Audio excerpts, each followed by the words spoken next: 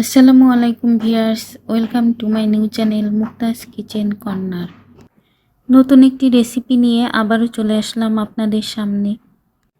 আশা করি ভিডিওটি শুরু থেকে শেষ পর্যন্ত দেখবেন এবং ভিডিওটি ভালো লাগলে লাইক, কমেন্ট এবং শেয়ার করে দেবেন এবং সাবস্ক্রাইব করে আমার পাশে থাকবেন।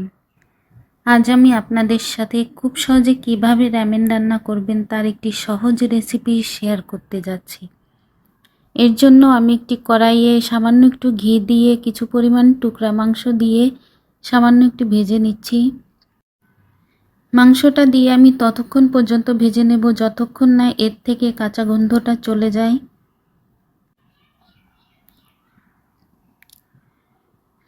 তো আমি 2 মিনিট ধরে নেড়ে চেড়ে মাংসটা ভেজে নিয়েছি। এরপর আমি অ্যাড করে দেব পেঁয়াজ কুচি এবং কাঁচামরিচ কুচি।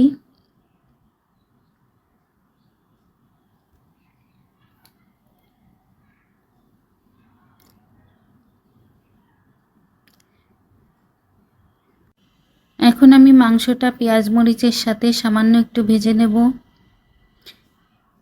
এরপর আমি অ্যাড করে দেব হাফ চামচ লবণ, সামান্য একটু হলুদ এবং হাফ চামচ শুকনা মরিচের গুঁড়া।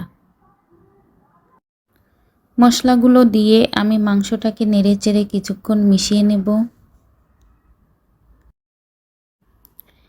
মেশানো হলে আমি অ্যাড করে দেব কেটে রাখা সবজি। তো এখানে আমি হাফ কাপ টমেটো কুচি এবং হাফ কাপ গাজর কুচি অ্যাড করে দিয়েছি।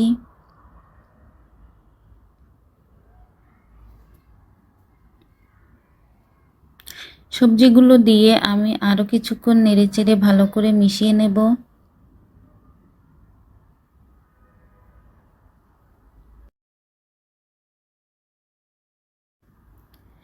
তো আমার সবজিগুলো মেশানো হয়ে গেছে। এরপর আমি অ্যাড করে দেব সয়া সস। আমি আনুমানিক 2 টেবিল চামচ সয়া সস অ্যাড করে দিয়েছি।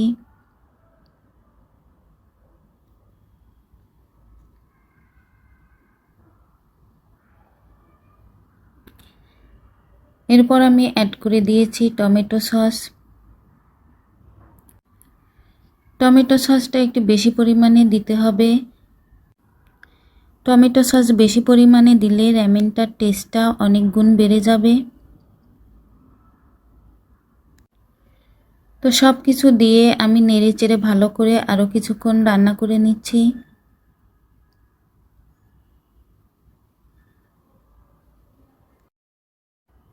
এরপর আমি অ্যাড করে দেব আগে থেকে সিদ্ধ করে রাখা নুডলস। এখানে আমি মাত্র 1 প্যাকেট মিস্টার নুডলস সিদ্ধ করে দিয়েছি। তো নুডলসটা দিয়ে আমি মাংস এবং সবজির সঙ্গে খুব ভালো করে মিশিয়ে নিচ্ছি।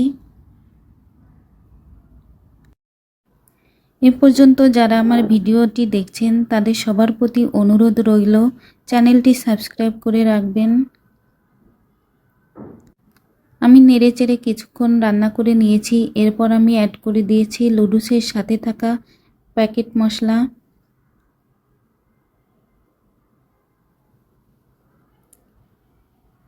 মশলাটি দিয়ে আমি ভালো করে আরেকটু নেড়েচেড়ে মিশিয়ে নেব।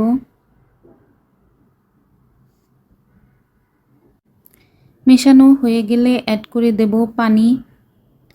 এখানে আমি 2 কাপ নর্মাল পানি অ্যাড করে দিয়েছি।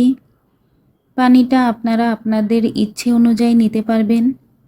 যে যতটুকু ঘন বা পাতলা করতে চান ঠিক সেই অনুপাতে পানি নিলে হয়ে যাবে।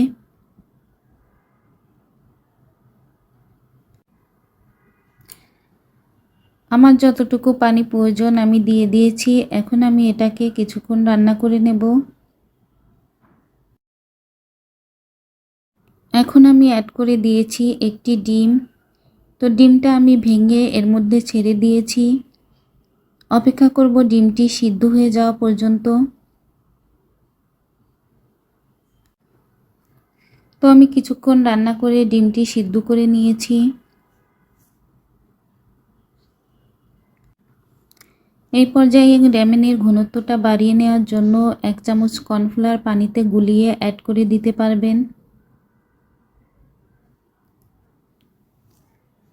আমি টমেটো সসটা বেশি পরিমাণে অ্যাড করেছি, এজন্য আমার প্রয়োজন হয়নি।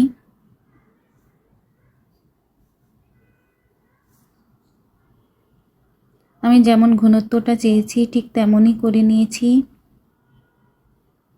এরপর আমি অ্যাড করে দিয়েছি বিট লবণ।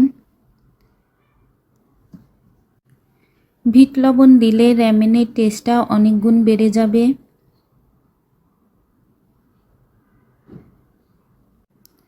এই পর্যায়ে আমার র্যামেনটা প্রায় হয়ে এসেছে, আমি চুলা থেকে নামিয়ে নেব। এখন আমি একটি বাটিতে তুলে নিচ্ছি।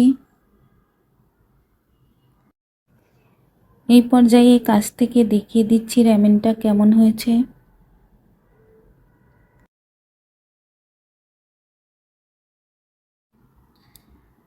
আমি মাংস, সবজি এবং ডিমটা দিয়ে এক বাটি র্যামেন উঠিয়ে নিয়েছি। এখন আমি ডিমটা কেটে দেখাচ্ছি। আশা করি আমার এই রেসিপিটা আপনারাও বাড়িতে ট্রাই করবেন। এই পর্যন্ত সাথে থাকার জন্য ধন্যবাদ। আল্লাহ হাফেজ।